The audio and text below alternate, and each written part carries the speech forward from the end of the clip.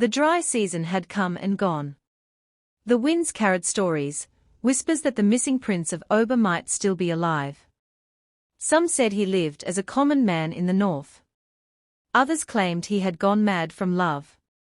But far away in the quiet town of Ngala, Prince Ugochukwu and Amarachi lived a humble life. He worked as a schoolteacher, she ran a small tailoring shop.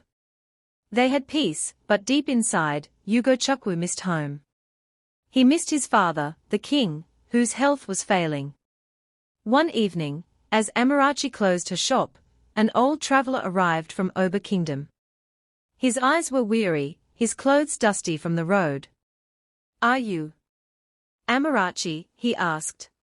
"Yes, sir," she replied, startled. He nodded.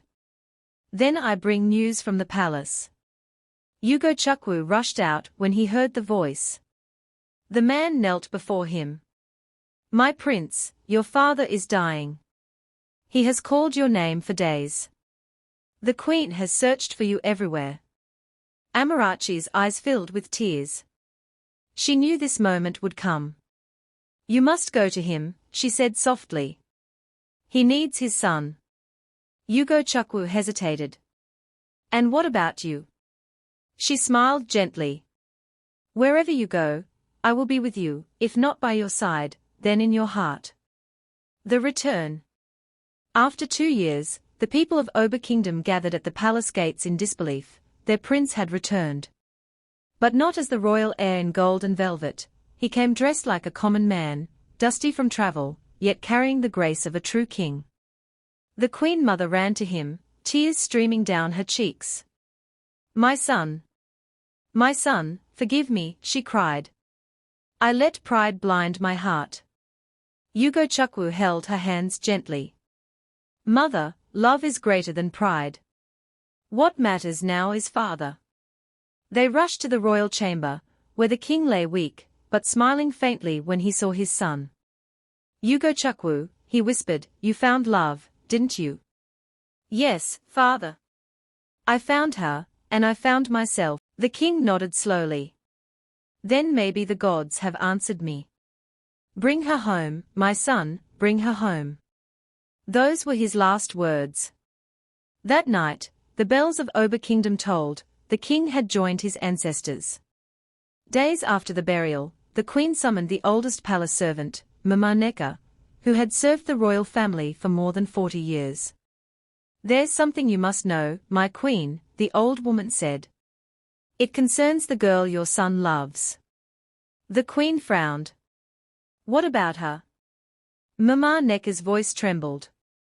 "That girl, Amarachi, she is not who you think she is. 20 years ago, the king sent me to hide a newborn baby, a girl, when the palace was attacked. She was the twin sister of the prince's cousin, the late Princess Adana's child." The queen gasped. "You mean?" "Yes," Mama said, tears falling. "Amarachi is of royal blood. She was raised by the palm wine tapper, who found her by the river that night. She is your niece." The queen sat frozen. All the years of anger, rejection, and class division melted away in an instant. The girl she thought unworthy of the crown was royal by birth, chosen by fate to heal the very wound that had divided them. Weeks later, Oba Kingdom witnessed a day like no other. Drums echoed through the air, dancers filled the palace square, and the people chanted with joy. The gates opened, and Prince Ugochukwu walked in, dressed in the traditional red and gold of Oba royalty. Beside him walked Amarachi, radiant in coral beads and white lace, her beauty glowing like dawn after a storm.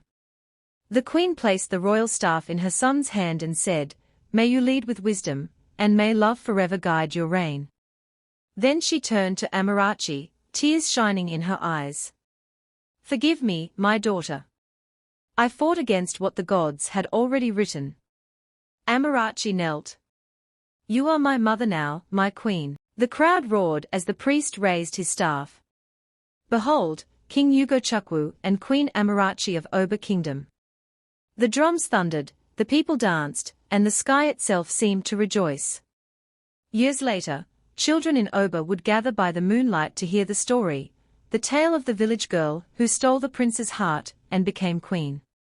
They would say her love brought peace to a divided land. That she built schools for poor children, opened wells in forgotten villages, and taught her people that true royalty comes not from blood, but from the heart. And every year, on the anniversary of their coronation, King Ugochukwu and Queen Amarachi would visit the market where they first met. There, under the same old mango tree, they would sit side by side, hand in hand, smiling as the people cheered. For their love had become more than a story, it had become a legend. The end, but love never ends.